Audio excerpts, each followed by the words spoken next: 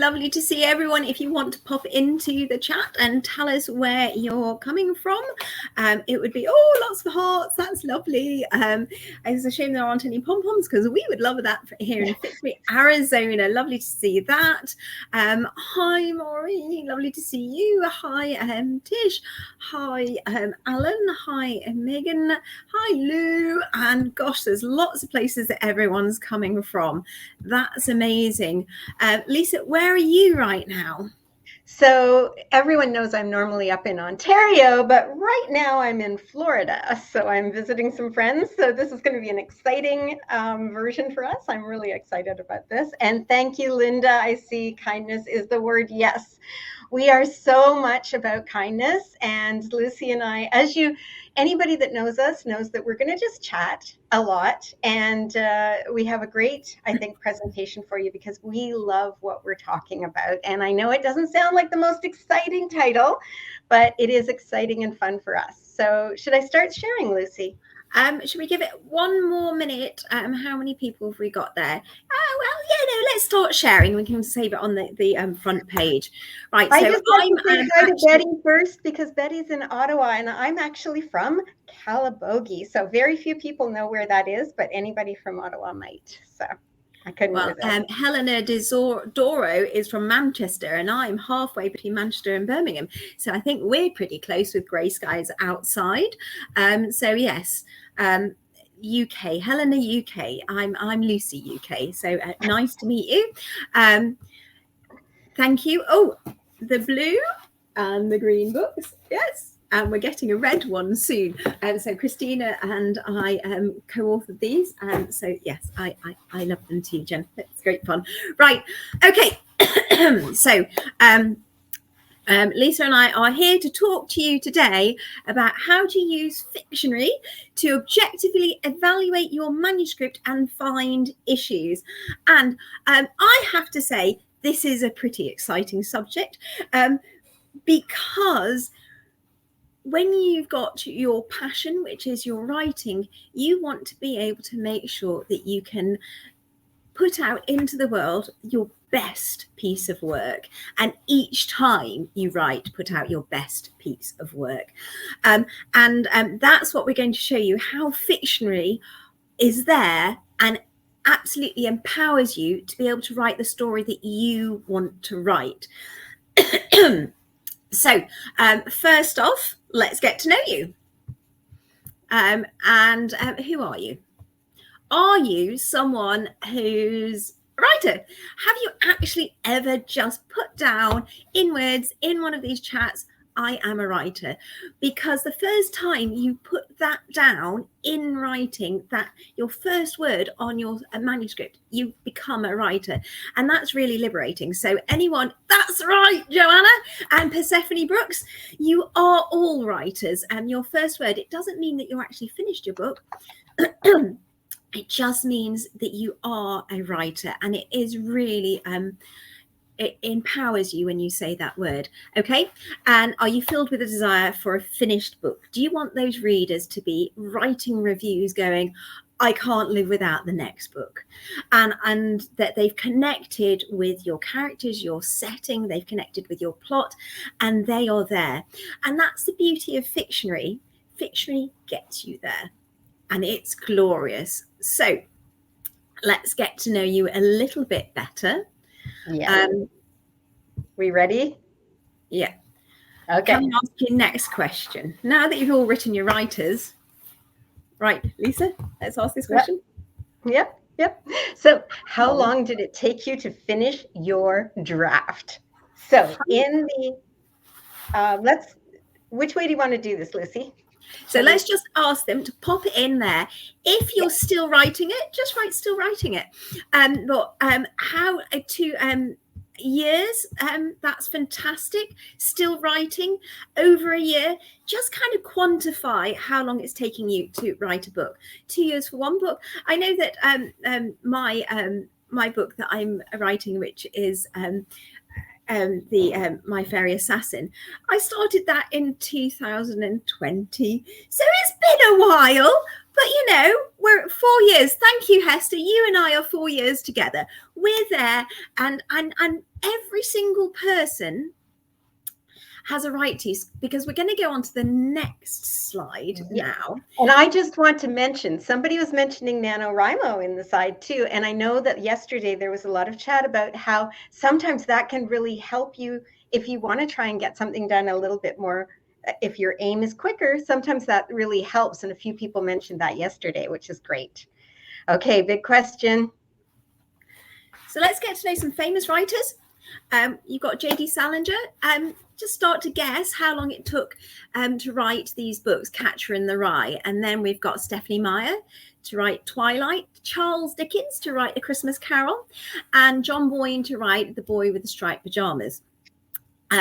So what we want to do and show you is that it doesn't matter how long it takes you to write your draft, your first draft. If you go to the next one, what you want to know is that Salinger, it took him years, 10 years, double digits in years. And then Twilight, 3 months. Wow, that book was absolutely on fire. Christmas Carol, 6 weeks. I mean, it is Charles Dickens, but Charles Dickens came around. We can be the next one. And then John Boyne wrote The Boy with Striped Pajamas in 2.5 days. You can be anywhere on that spectrum and be successful.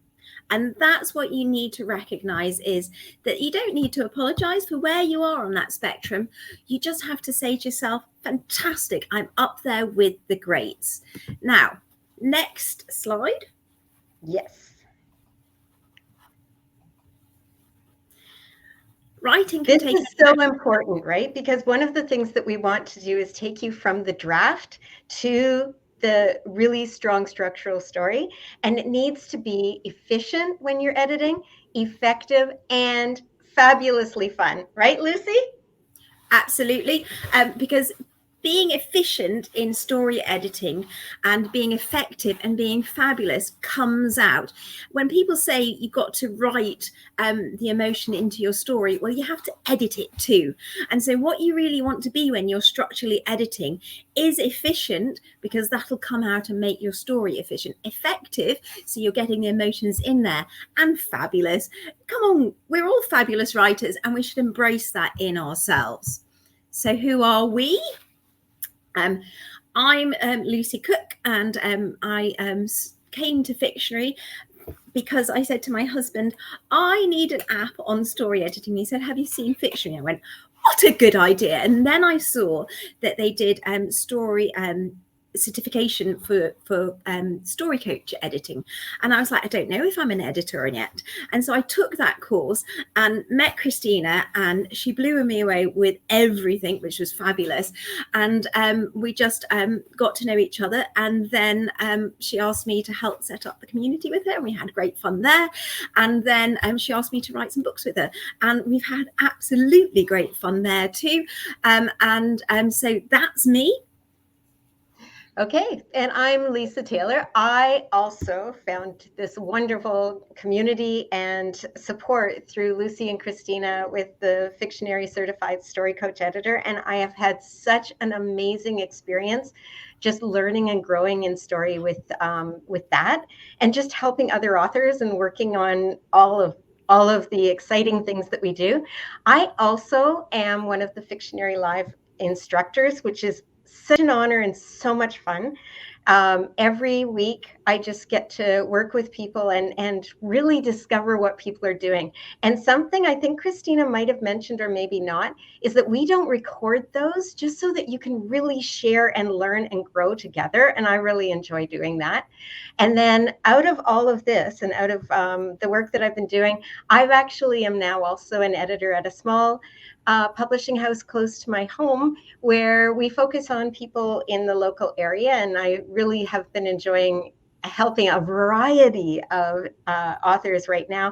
I have a picture book coming out. Sorry, I'm the editor, not the writer, and a nonfiction coming out, and a fiction coming out. So I really get to do a wide variety of things at Burnstown, which I really love. And that's me. But more importantly, We need to get into the app. Which actually answers Riley's question, which is Fictionary a word processor?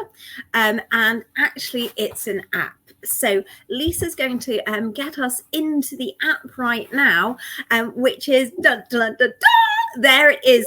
And so everyone who knows Lisa and I, we do kind of sing every time we see Fictionary up and working, because it makes our lives as editors exactly so much easier. And that's us as certified story coach editors, but as a self-editor, it is so empowering, because this is a tool that you can take and you can get your story up there, and you have an editor in Fictionary in that app just there for you any time of the day, which is just glorious. So it's there for you 24 hours a day, 7 days a week, 52 weeks in the year. It's always there, ready and working with you. So to get into that question a little bit more, it is an app. You load up your manuscript, and once your manuscript's in there, then Fictionary will read through it in certain areas, and then in other areas it uses ethical AI. So we're going to go straight to the cherry on top of the cake. We're going to eat the best part, which is the latest new one. So if we go into evaluate, and we're going to go to the tension and conflict and name the scene that Christina talked about. So you pop into Just Ask Fictionary, and the first one we're going to do is story structure, name my scenes. So if you've gone on to how long does it take to read? 100 words takes, well, it's not 100 really, is it? But 100 words takes a minute. So 80,000 words takes a really long time. So 13 and a half hours we worked out, wasn't it, Lisa? I think, if my maths is, but you know, it could be all wrong. And this isn't recorded, is it? So anyway, we're fine. Yes. Not recorded. So it is recorded, everyone. Don't want to stress you out. So so it takes over 13 hours to read your full manuscript, but you're not just having to read it. Press the you ready? Yeah, ready. Okay. So when you're reading it, you then have to spend the time to say, what's the main action in this scene? So you probably have to double it, but then that becomes 24 hours without any sleeping of naming your scenes. And guess what? It's done it for you, and it does it for you in about under 3 minutes. And that's glorious. Now, when it says something and you're saying, but that's not what I want that scene to be about, what you need to do, thank you, CJ, we are totally in love with it as well. What that does for you when you're reading it is going, actually, that scene is about a mourning widow Philly's funeral, or it could be about elephants turning up at the circus, but you've underwritten one part of it and you've overwritten the part about the woman at the funeral. So the elephants at the circus was what you intended, but you underwrote that, and you only wrote 2 sentences on that because you didn't want to focus there, because you didn't agree with elephants being at a circus, but you really overwrote the other bit because you hadn't focused properly. So it works always. It gives you information and it's up to you. So let's go to the story outline, because which I just love. Since this has been added, it's been added so much to this. So now you can see all the way along, you can see your story and read it as it goes, as an outline all the way through, and notice where your chapter breaks are and where all of your scenes are, all your story arc scenes that Christina was talking about. Yes. So Christina was talking about these story arc scenes, and in this insight that Christina's designed, you can see, have you hidden those story arc scenes in the middle of a chapter? And if they're hidden in the middle of the chapter, it's like rhetoric. The most powerful place in a sentence is at the beginning of a sentence or at the end of a sentence. The most powerful place for a scene is at the beginning of a chapter or at the end of a chapter. those unpleasant sandwiches when you're giving someone, I think the polite way of saying is a compliment sandwich, when you're putting the bit in the middle that you're trying to hide.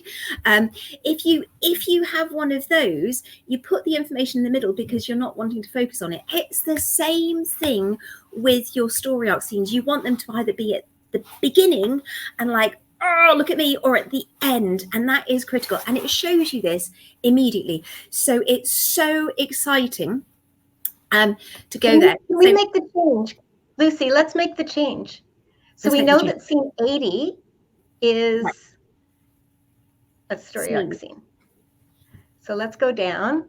So I've gone back into evaluate, and just to show you how important this is, so we can, and how easy it is to find a quick, so we know now that scene 80, I'm just going to double check I'm in the right spot. Yes, it's the climax scene.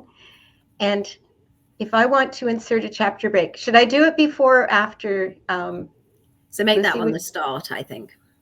Okay, so there we go. Perfect. So now this is the start. And then press save. Oh, right. Thank you. This is why it's good to work with someone else. Okay, and we are going to go back into the, I'm going to go in this way. Yeah. Yeah. There we go.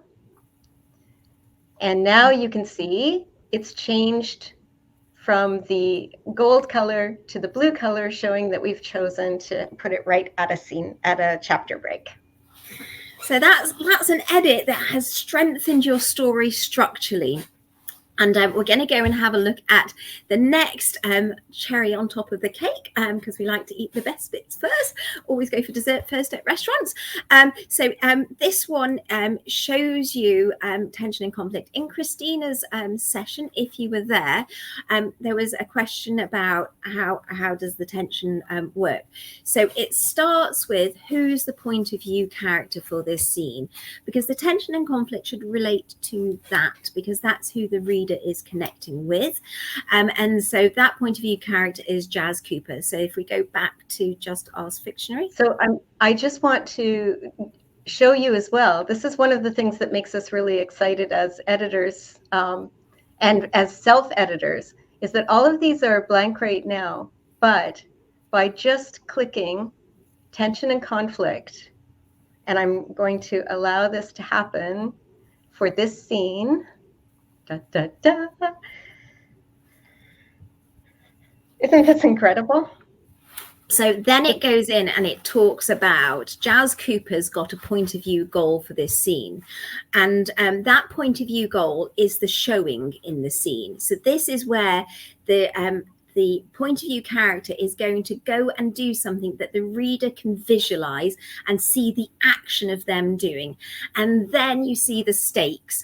The best stakes that are when the reader knows what's going to happen if they don't achieve this goal. I absolutely love Fourth Wing for the stakes in every single scene. If you read that book, it says, I will not die today. And so you have to read the scene and go, well, is she going to? Is Violet Sarangil going to die? I don't know. And so you have to read the scene, because the point of view goal and the stakes, and then it gets to the tension. And this tension says yes, or it says the tension's related to something different, or it says no. And that insight gives you so much. If the AI says the tension is about, and you sit there going, well, that's not what I wanted to write, that's giving you the ability to see so much, which we're going to talk about in a little bit when we come out of here.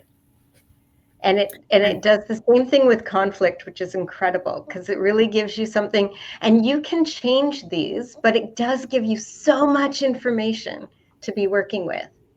So I think, Lisa, we've just got quite a few wows and quite a few. We should start counting them to see which one gives the most wows, because we've all been thank you, everyone. Love the wows. Because we've been having behind the scene peeks at this. And the first time I got shown it by Christina, I was squealing. The first time Lisa saw it, she was just so excited. And we all do exactly the same thing with the wows. So it is amazing. Okay, so let's go back to the presentation now.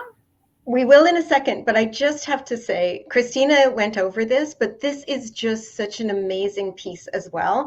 And the story arc, I mean, we've had so many new additions, and thank you to Christina and to the development team and to all of the amazing people that are making suggestions as well, because everything is so great. But it's funny how you almost forget how amazing it was the first time that you saw the story arc, and that information is so useful. And we're going to come back to that later. But first, we're going to go back, of course, to our presentation. So, Priscilla, story, what we were just showing you were two aspects that Fictionary does, just to give you a quick look of what the app is at this moment in time, because this session is about being objective in your story edit, and to make sure you can find those issues in a clear way. So what we've just shown you is that you can find tension and conflict, you can find your point of view goal, and you can name your scenes so that you're starting to build up a stronger and stronger edit. And so hopefully that will help you understand why we're showing you these things. We're going to go through to the next page now, because these are the 3 steps that we're going to do in the next 20 minutes. And then we're going to see if there are any more questions in there. Okay, let's start with, what does objective mean? So what does it mean to be objective? Well, it's really important when you're self-editing to be able to look at your manuscript no longer as a writer, but stepping back and looking at it as an editor, as a reader, as someone outside of that. So you need to figure out what's exactly in your draft, because you want to deal with some subjective issues. Lucy, I know you want to talk about this one. Okay, so when you're being objective, what you really need to understand is that when you're writing in your first draft, and you're writing for yourself. And when you're story editing, you're editing for your readers so that they see the story that's in your head. Now, when you write, horses sometimes wear blinkers, and they're the things that go either side of the head, and so that they can't see either side. And sometimes when we write, that's the image I get, because you don't know what you haven't seen, because if you knew that, you would write it down in there into your draft. And what Fictionary does beautifully is it says, have you checked these areas? And you go, yes, I'm confident. Yes, I'm confident. Yes, I'm confident. Yes, I'm confident. And then that gives you the confidence to be able to say, this story is structurally strong. And that confidence can never be taken away from you, because you know that you've got all the elements where they should be. And if someone says, well, the content's not me, you can go, well, that's great.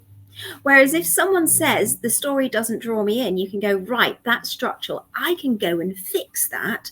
Let me go and look at the drawing in elements, which is really gives you the confidence. And sometimes people suffer from imposter syndrome, where you feel like you're not a writer, or you're not a self-editor, or you're not a professional editor. But in Fictionary, when you can look at the chart and say, actually, I know that I'm strong here, and we'll be looking at the story map in there, and that'll give you, do you want to go to the next one? Yeah. This is the benefits, because you also should always look at your draft and find areas that you are excellent, that you are fantastic, and you are fabulous. Getting a first draft down is exciting, and it is something you should be proud of. And there will be parts of it that do need fixing, but there are parts of it that you should say, this is fabulous. And that objectivity not just gives you, objectivity isn't also about finding all of the negativity.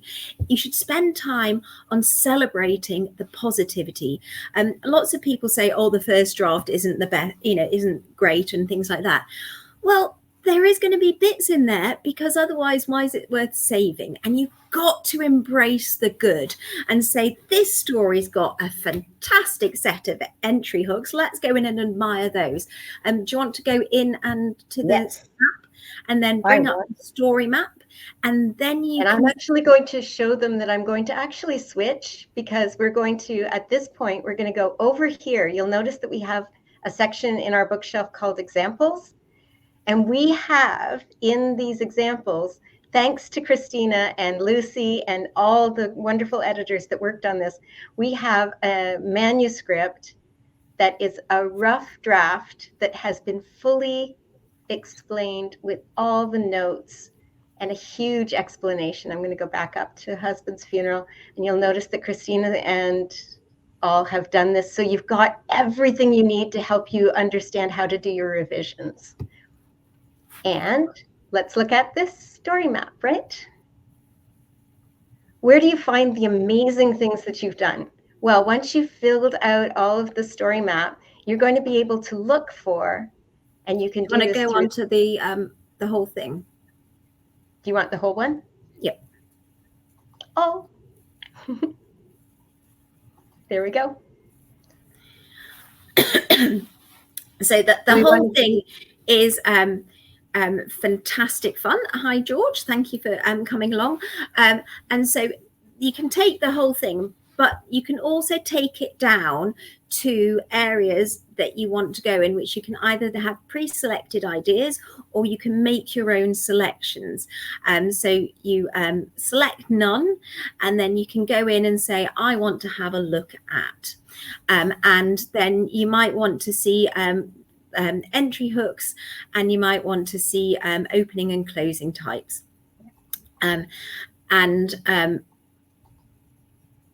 Then you can have a look at, you know which scene it is because you've got the scene names. Look at those wows and hearts. Oh, it's so exciting. And then you've got the entry hooks, and you can say, actually, I have got a tick, which is scene 8, and I've got what it is, and I really like that. So that there for me, every time I go and then go and look at scene 9 and go, right, it's weak, I don't have to get demotivated, because I can go in there and go, I'm going to go back and read the good one. I'm going to go back and read the good ones and go and have a look at them and get inspired that I know how to do this. And objectivity, we always, when we're writing and we're editing our own work, we sometimes, undermine and undersell what we've actually achieved so far. And that's an area that Fictionary really makes a difference, is that you can see everything amazing you've done.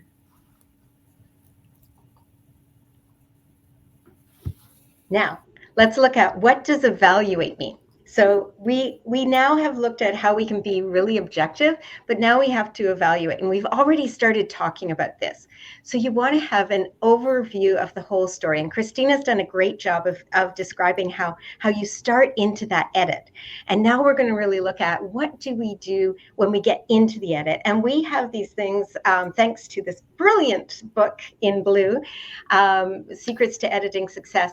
We talk about marks. And so, are there things that need to be moved, to be added, to be revised?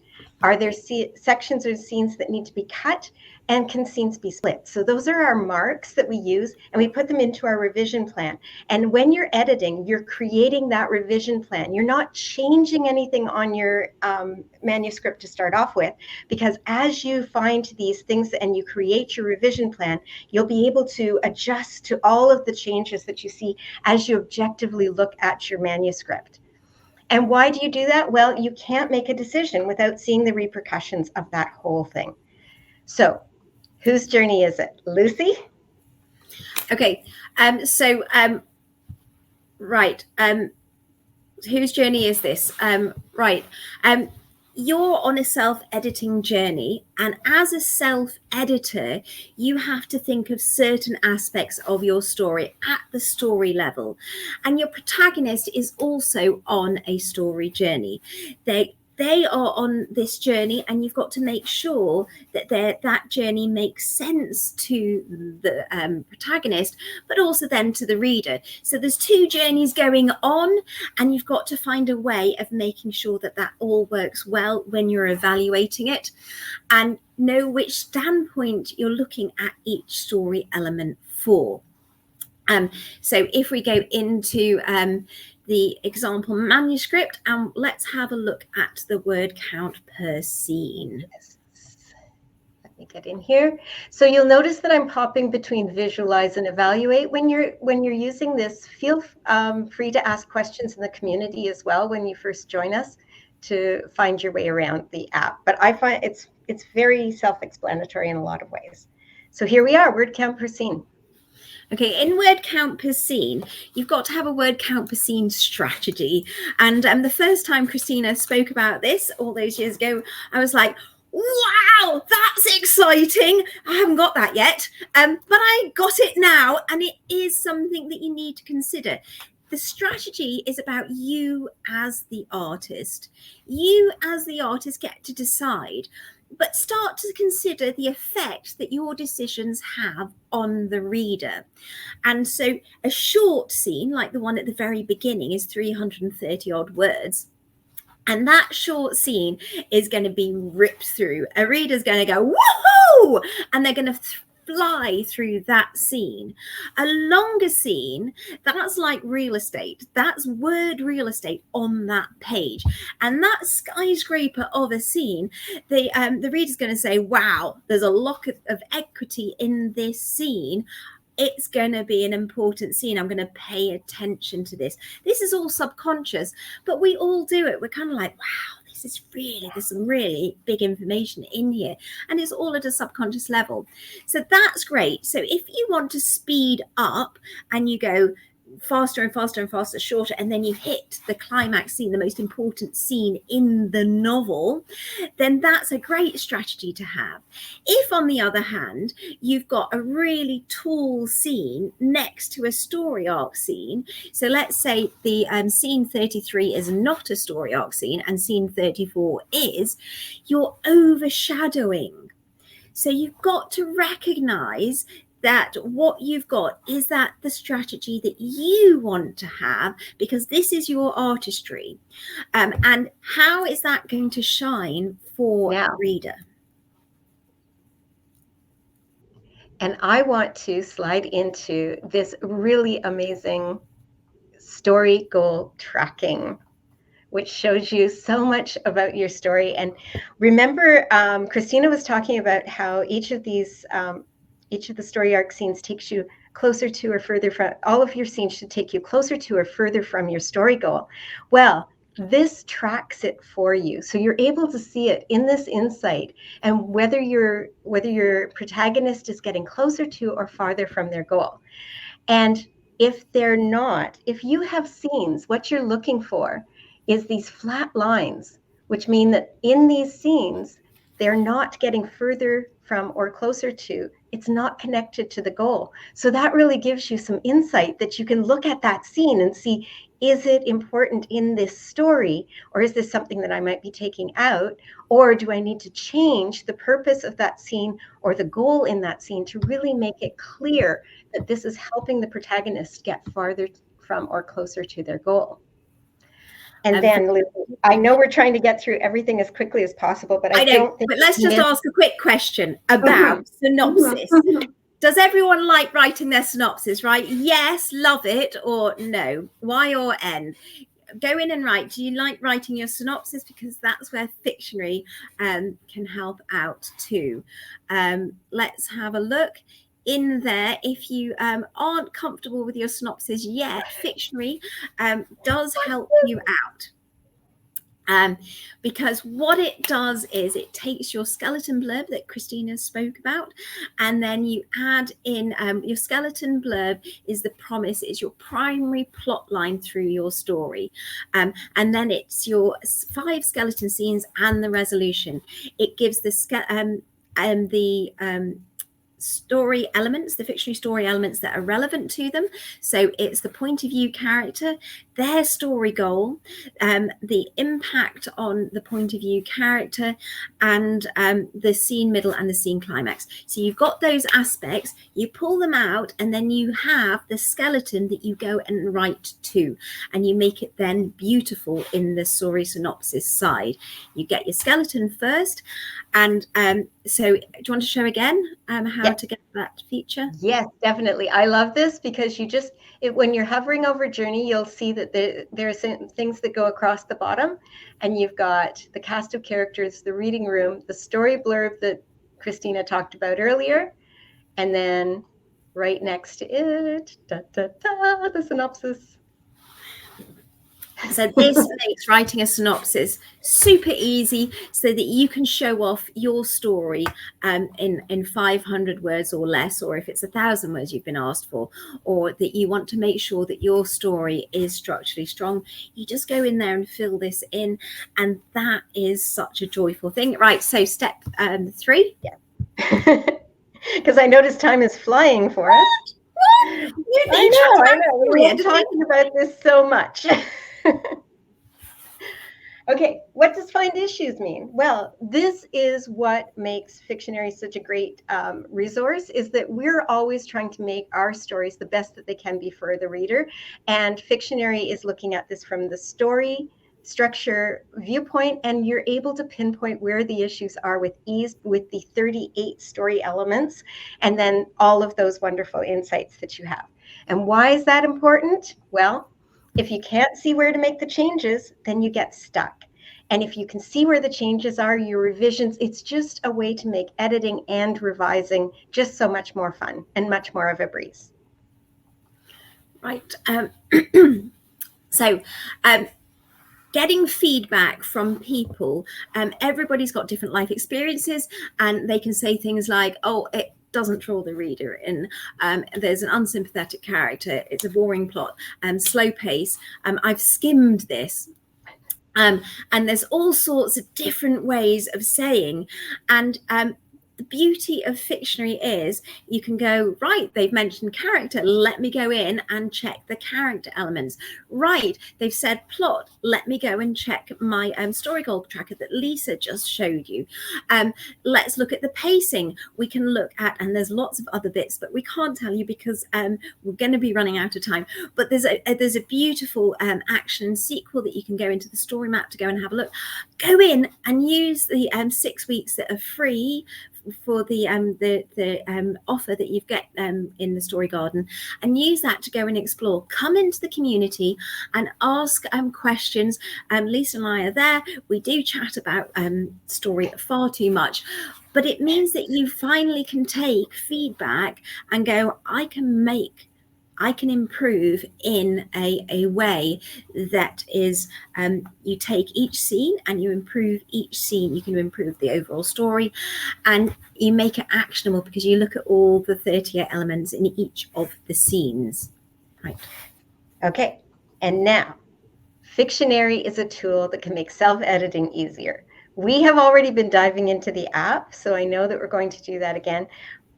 And I will keep sharing, but I'm going to stop sharing so we can answer questions. Are we at a question? No, Lisa, I can press the show on stage, and then if you leave yours up, we can put the question up and then take it off, and then yours should stay there behind.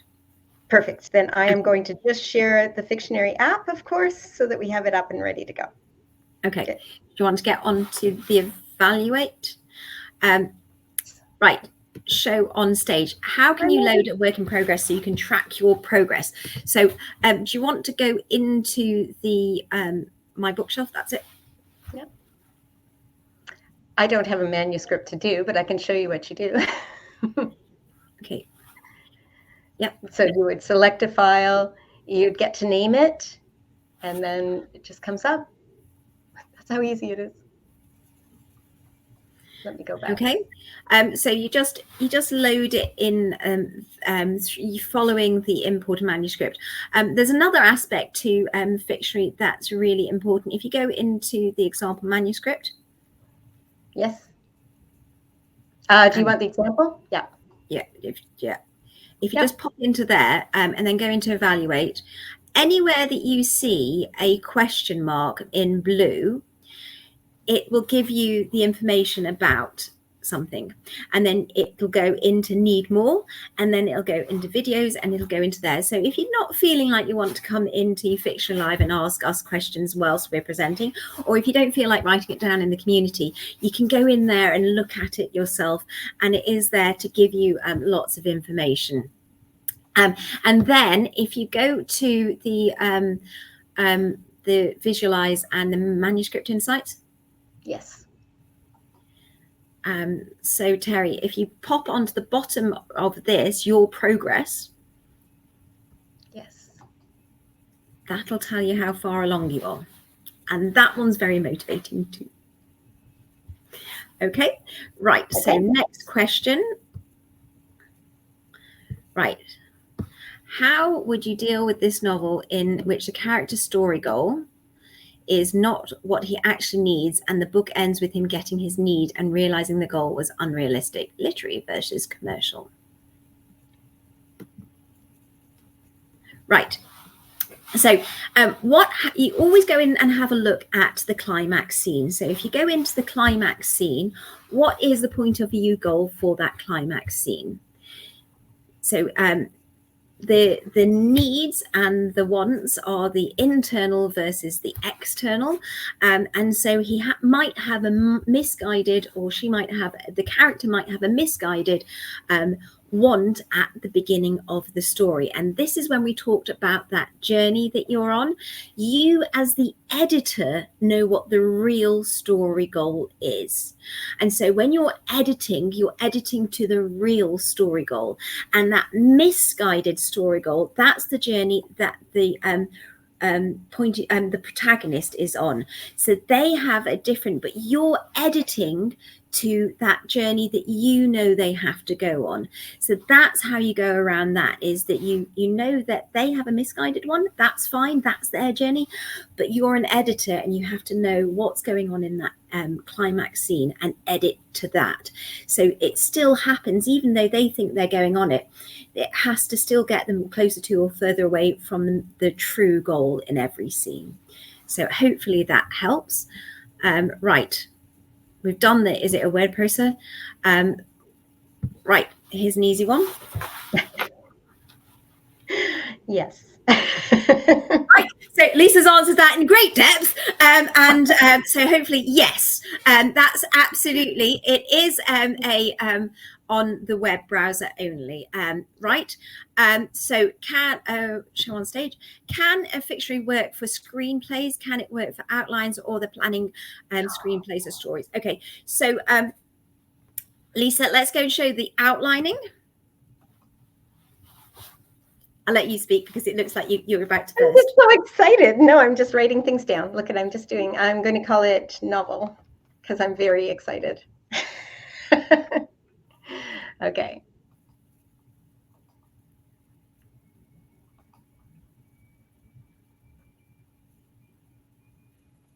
Ta-da! I get so excited about this. So if you are interested, this actually has, as you can see, the key scenes that you need to make your outline if you're going to do it that way, tips for the scenes, and as Christina, look at Christina's happy face helping you start your writing. So there you go. You can, this is just the outline is ready for you if you want to use it. And obviously you can add in a lot of other things. There's a whole class on outlining your novel in Fictionary Live as well. Okay, back to you, Lucy. Sorry. Okay, that's fantastic. So the second part, at this moment in time, you can write in there. It's not set up to format for screenplays, but if you're wanting to make sure that you get the story arc that is a dramatic arc into your screenplay, you can load it in there and it will go along into there, but it's not designed for screenplays at this moment in time. But we do know that there are several screenwriters who do use it. So hopefully that's this is huge, says Alan Jordan. Yes. Right. So this is a fantastic one. Do you want to go for this one, Lisa? Ooh, I think that's going to be answered in the next session, but it was also answered a bit in the introduction this morning as well. One of the things I love about Fictionary is that it focuses on the structure of the story and really making sure that your story is structurally sound. And so that's really looking at those characters, the plot, the settings, the 3 super groups, and then making sure that your overall story arc is great. Pro Writing Aid is awesome at that next level of editing. Remember, there are lots of different levels of editing, and Pro Writing Aid is one of the tools that I use when we're looking at how you write your prose and making it beautiful and wonderful and exactly what your readers want, which I know there are going to be a lot of sessions on that. I'm going to one, I think it's in 2 sessions. I'm so excited. So yes, that's me. Absolutely. So Pro Writing Aid and Fictionary you write your draft and then you structurally edit, and then after you structurally edit, then you go to copy editing. So it's just a different place on the journey towards getting your book ready to be published. So hopefully that helps. Then could you develop AI to also write the story blurb? The least favorite store.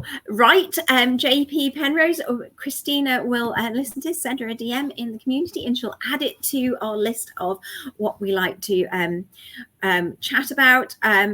Right, here's another one for you, Lisa. I love to say, no, I have to say right now, Donna has just said, I think my writing life is about to change via Fictionary, and I agree.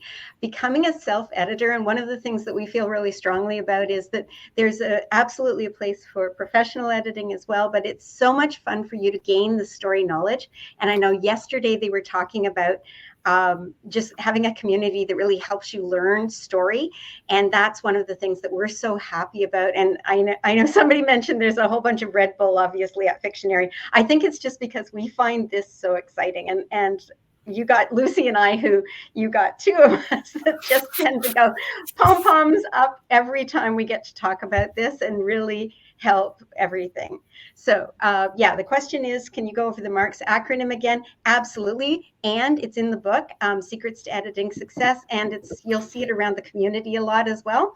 So it's so when you're planning your revisions, there are things that you can do, and MARCS is great because you could move, you can add, you can revise, you can cut, which I know is hard, but you can do that, and you can split. And splitting scenes, I'm just going to pop in one of the things that it seems like such an easy little thing, but in the setting elements, there's one that's just called location split. And you'll notice that it's just a yes, no tab. And if you find, and that doesn't, having a yes doesn't mean your scene necessarily needs to be split. But if you find a long scene, remember Lucy was talking about some of those longer scenes, then that split moment might be a time when it's a natural spot to split a scene, and then you can have 2 smaller scenes instead of the 1 long one. Right. So next question. Is certification in addition to the monthly membership or part of the price? So certification is separate, and if you want to come along to Christine Stanley and Ali's session later on, they're going to talk all about certification. All I can say is I started out because I was a writer who couldn't find a good structural editing course. I went on this and I fell in love with being an editor, a professional editor, and it is just whereas Lisa, I think you came from it from a different angle.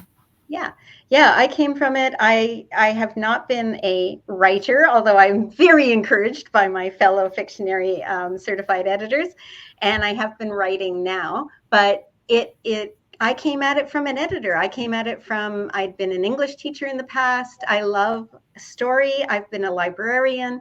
And the certification just really blew my mind in the way that it took everything that I'd known before and put it together in a way that I was able to really explain and clarify things for people. And it really played on my strengths and my loves, which is, I love some of the genres are some of my favorites. So I really get to play around with authors and help them really develop their stories as much as possible. Okay, so we're on our last question. So I'm just going to show the last one, but this one's an absolute, they're all amazing questions. But we're going to go to this. Can you have 10 manuscripts at any time? Can you delete old manuscripts, upload new ones? Do you want to show the archive? Yes. This is so fun. Okay, so I can have my archived, I have my active, and I can take my archived out of archive. Like that. I'll just do it. We have lots of space. So now it's back into the active. That's how quick it is. And thank you so, I know it is a wow moment. We got lots of wows, Lisa. I'm very excited by that. Thank you so much, everyone, for an absolutely amazing session. And we'll be seeing you all very soon later on in the chat rooms and places like that. And please do come along to the rest of the Story Guard. Thank you very much.